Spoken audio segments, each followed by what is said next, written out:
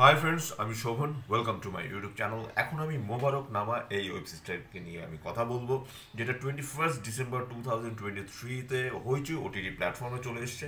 Total এপিসোডের কথা আমি যদি বলি, পাঁচটা এপিসোড, এবং ডিউরেশনের দিক থেকে 1 ঘন্টা 47 মিনিট প্লাস এই ওয়েব সিরিজের ডিউরেশন।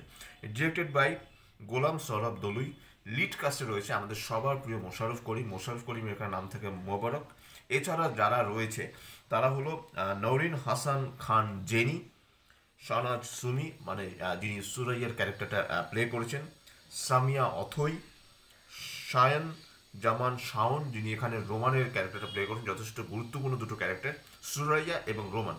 এছাড়াও আছে হলো শবনম ফারিয়া, এখানে মোবারকের স্ত্রীর ভূমিকায় তিনি অভিনয় করেছেন। যতটুকু তিনি স্ক্রিনে এসেছেন রীতিমতো ফাটিয়ে তিনি অভিনয় করেছেন। এছাড়া অ্যাঞ্জেল নূর রয়েছে, শেখ উজ্জ্বল হোসেন রয়েছে। এই ক্যারেক্টারগুলো আমি যাদের নাম বললাম, এদের বেশ স্ট্রং কিছু ক্যারেক্টার নিয়ে কিন্তু এই সিরিজটাকে তৈরি করা হয়েছে। তাহলে আমি যদি বলি, এখানে কিন্তু মোশাররফ করিমের যে যে যে ক্যারেক্টারটা, মোবারকের যে ক্যারেক্টারটা, সেই ক্যারেক্টারটা কিন্তু মেইন ক্যারেক্টার। এছাড়াও সুরাইয়া নামে একটা ক্যারেক্টার রয়েছে, কিন্তু সুরাইয়াকে এখানে রেপ করা হয়, এবং এখানে রোমানের যে ক্যারেক্টারটা, সে সুরাইয়াকে রেপ করে, এবং সেটা প্রমাণিত করার জন্য, সেটা আদৌ ঠিক না ভুল সেটা জানার জন্য কিন্তু আপনাদের এই ওয়েব সিরিজটা দেখতে হবে। এবং এখানে মোবারকের যে ক্যারেক্টারটা এখানে প্লে করা হয়েছে, মোবারকের একটা পাস্ট রয়েছে, সেই পাস্টটা একদমই সুখকর নয়।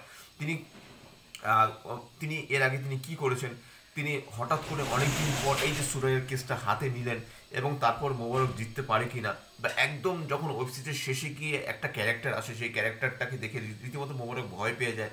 তার মানে নিশ্চয়ই এমন কিছু মোবারক করেছিলেন যেটা তার অতীত একদমই সুখকর নয়। সেটা কিন্তু সিজন 2-তে আমরা জানতে পারবো। কিন্তু সিজন 1টা কিন্তু আমার কোথাও গিয়ে মনে হলো যে ঠিকঠাক মতো জমলো না, আরও বেশি স্ট্রং হতে পারতো। আরও যে অ্যালিবাইগুলো যে খাড়া করেছিল, সেই অ্যালিবাইগুলো আরও অনেক বেশি স্ট্রং হতে পারতো।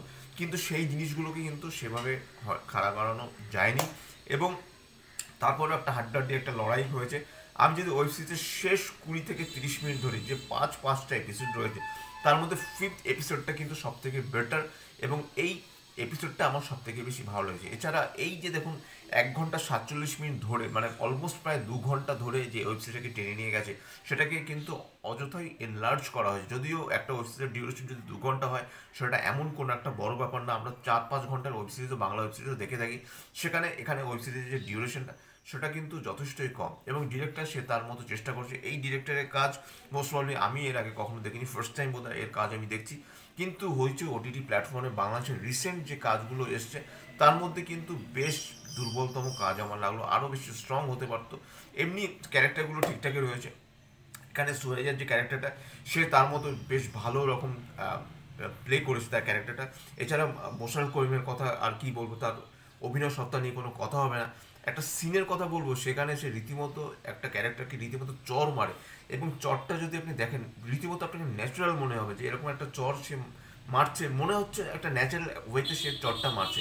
কিন্তু তারপরেও কিন্তু তার যে ইজ এ ভার্সটাইল অ্যাক্টার, তার অ্যাক্টিং স্কিল নিয়ে কোনো কথা হয় না। প্রথম থেকে শেষ অবধি প্রায় ম্যাক্সিমাম সিনেই তিনি রয়েছেন। তার স্ক্রিন প্রেজেন্স যথেষ্ট ভালো, এবং শুধু তাই নয়, তার অ্যাক্টিং স্কিল কি ইমোশন জায়গায়, যখন তিনি অ্যাংরি হয়ে যান সে জায়গায়, অথবা যখন কোর্টরুম ড্রামা চলে সেই জায়গায় তিনি যেভাবে, মানে খুল্লা ওয়েতে তিনি যেভাবে কথা বলেন, এবং তার বিপরীতে যিনি রয়েছেন তার তার সাথে যেভাবে কাউন্টার পার্টে কথাগুলো বলেন, সেগুলো সেই সময়টা কিন্তু দেখতে কিছুটা হলেও ভালো লাগে।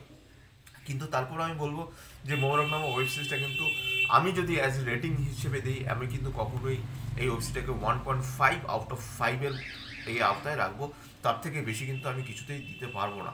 তার পেছনে অনেক অনেক ব্যাপার রয়েছে। প্রথম যে নেগেটিভ ব্যাপার রয়েছে, সেটা হলো এখানে এই যে রোমানের ক্যারেক্টারটা কিন্তু অনেক স্ট্রং একটা ক্যারেক্টার। আদৌ রোমান সুরাইয়াকে রেপ করেছি করেনি, সেই রোমানের যে ক্যারেক্টারটা অনেকটাই নিষ্প্রভ। এই ক্যারেক্টারটা কিন্তু আরও অনেক বেশি, মানে শক্তিশালী করা যেত, এই ক্যারেক্টারটাকে নিয়ে আরও অনেক বেশি খেলা যেত, সেই জিনিসটা করানো হয়নি।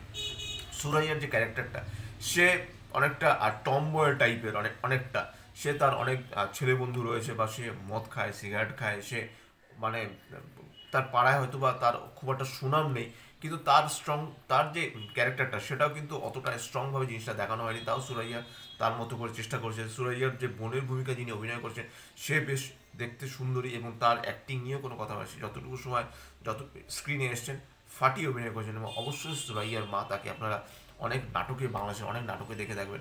সে যতটুকু সময় স্ক্রিনে এসেছেন বেশ বেশ ভালো অভিনয় করেছেন।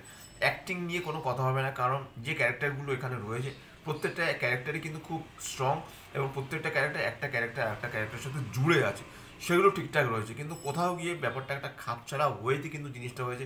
অ্যাটলিস্ট স্ক্রিন প্লেটা আর একটু টাইট হলে আমার মনে হয় ভালো হতো। হয়তোবা যদি আমরা যখন সিজন 2টা দেখবো তখন হয়তো এই জিনিসটা হয়তো আরও মাছ বেটার হবে। কিন্তু সিজন 1টা কিন্তু আর একটু আমি ভালো আশা করেছিলাম। অ্যাটলিস্ট মোশাররফ করিম তিনি যে প্রজেক্টগুলো হাতে নিচ্ছেন সেই জিনিসগুলো আরও একটু স্ট্রং হওয়া দরকার, বা তিনি তো স্ক্রিপ্ট পড়ে তবেই তো ওয়েব সিরিজ বা মুভি তিনি সাধারণত করে থাকেন। হুব্বা নামের যে ট্রেলারটা গতকাল এসছে, আমি সেটা নিয়ে পরে আমার চ্যানেলে নিশ্চয়ই কথা বলবো। তো সেই জিনিসগুলো নিয়ে অ্যাটলিস্ট দেখে শুনে কিন্তু তার প্রজেক্টে হাত দেওয়া উচিত, কারণ বাংলাদেশের কিন্তু এ সারির অভিনেতা কিন্তু মোশাররফ করিম এই মুহূর্তে। কাজে সেই জিনিসগুলো দেখা অবশ্যই উচিত। এবং আমার মোবারকনামা একটু আমার চ্যানেলে এই ভিডিওটা আপলোড করার মেইন যেটা রিজন সেটা হলো যে কাবুলিওয়ালা বলে যে একটা ওয়েব ফিল্ম এসেছিল, সেখানে আমার স্ক্রিনিং ছিল। তারপরে দ্য প্রফেসর নামে আরেকটা বাংলাদেশের একটা প্রামাণ্য চিত্র ছিল, যেটা গলফ রেসিডেন্সে দেখানো হয়েছে, সেখানেও আমার স্ক্রিনিং ছিল। কাজে দুটো স্ক্রিনিং আমাকে কালকে সামলাতে হয়েছে, তারপর আবার মোবারক নামাটা শেষ করতে হয়েছে, যার জন্য কিন্তু এই ভিডিওটা আমার চ্যানেলে আসতে একটু দেরি হচ্ছে। আজকে আমার চ্যানেলে কিন্তু প্রধান মুভি রিভিউ আসবে। শুধু প্রধান মুভি রিভিউ না, প্রধান মুভির সাথে মুভি রিভিউর সাথে প্রধান মুভির পাবলিক রিয়াকশনে আসবে। তার সাথে কিন্তু আসবে বোধন 2 ওয়েব সিরিজ, যেটা হয়েছে ওটিটি প্ল্যাটফর্মে রিলিজ হয়েছে, তারও কিন্তু মুভির কিন্তু রিভিউ আমার চ্যানেলে আসবে। কাজে keep in touch with my YouTube channel. And আপনারা ভালো থাকুন, সুস্থ থাকুন, এবং যারা মোবারকনামা দেখেছেন তাদের কেমন লাগলো নিশ্চয়ই কমেন্ট বক্সে লিখে জানান। আমি আর একটু আমার যে এক্সপেকটেশন ছিল সেই এক্সপেকটেশন থেকে কিন্তু অনেকটাই কিন্তু ডাউন হয়েছে। তারপরেও কিন্তু মোবারকনামা ওয়েব সিরিজের যে একদম শেষটা যেটা, সেটা কিন্তু আমার বেশ ভালো লাগছে। এমনই একটা ক্যারেক্টারের আবির্ভাব হয় যে ক্যারেক্টারটা কিন্তু আমার মানে সেই ক্যারেক্টারটাকে আমি অনেকবার অনেক জায়গায় অনেক নাটকে অনেক ওয়েব সিরিজে দেখেছি, এবং আমার সেই ক্যারেক্টারটা মানে সেই যার অভিনয়ের কথা বলছি তার অভিনয় আমার সত্যিই বেশ ভালো লাগে। এবং সেই ক্যারেক্টারটা যখন সিজন 2-তে আসবে তখন কিন্তু একটা রীতিমতো কিন্তু একটা মার কাট ব্যাপার হবে। তো সব মিলে কিন্তু আমার মোবারক ওয়েব সিরিজটা কিন্তু আমার অন অ্যাভারেজ লেগেছে, আমার একদমই ভালো লাগেনি। আপনাদের কেমন লেগেছে নিশ্চয়ই আমাকে কমেন্ট বক্সে লিখে জানান।